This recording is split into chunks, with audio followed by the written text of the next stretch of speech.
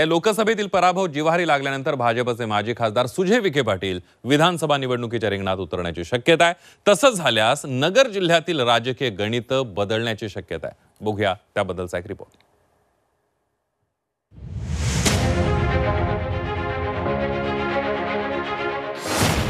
सुजय विखे विधानसभा लढणार। थोरातांच्या बालेकिल्ल्यात विखेंचं challenge. Thorat Tanpure कर्डिलेंचं tension वाढणार। अहमदनगर जिल्ह्यावर राजकीय वर्चस्व मिळवण्यासाठी विखे आणि थोरात यांच्यात सुप्त संघर्ष सुरूच असतो। या संघर्षातून काँग्रेस नेते बाळासाहेब थोरात यांनी लोकसभेच्या निवडणुकीत आपली सर्व ताकद निलेश लंकेंच्या मागे लावली। निवडणुकीच्या तोंडावर अजित पवार गटातून शरद पवार गटात गेलेल्या लंकेंना थोरातांची ताकद मिळाली आणि त्यांनी सुजय विखेंचा लोकसभेत पराभव केला। लोकसभेतील पराभवाचा हिशोब चुकता करण्यासाठी सुजय विखे पाटलांनी आता विधानसभा निवडणुकीच्या रिंगणात उतरण्याचा मानस व्यक्त केला। कार्यकर्त्यांमध्ये एकमत होत नाही की नेमकी कोणाला द्यावं। कधी कधी 4-4 लोक असतात, 3-3 लोक असतात।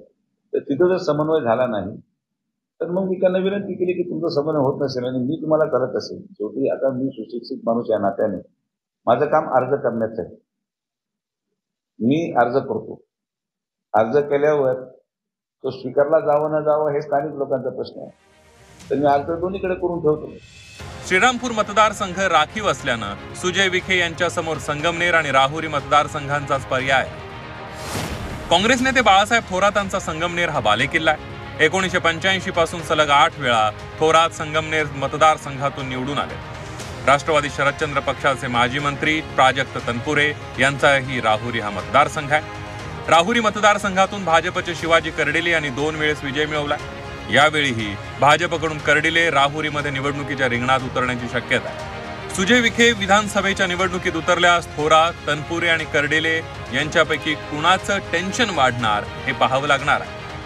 ते उद्या जरी आमदार झाले तरी मीच आमदार झालो अशा पद्धतीने त्या ठिकाणी मला नक्की निश्चितपणे वाटेल। त्यांना शुभेच्छा। नगर म्हणजे बाळासाहेब थोरात आणि राधाकृष्ण विखे पाटलांचा जिल्हा।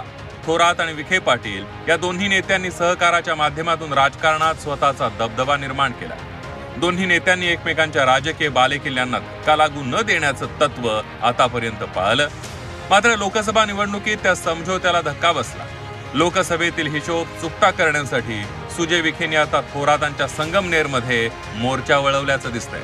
त्यामुळे थोरात विरुद्ध विखे संघर्ष विधानसभेला आणखी तापणार एवढं नक्की।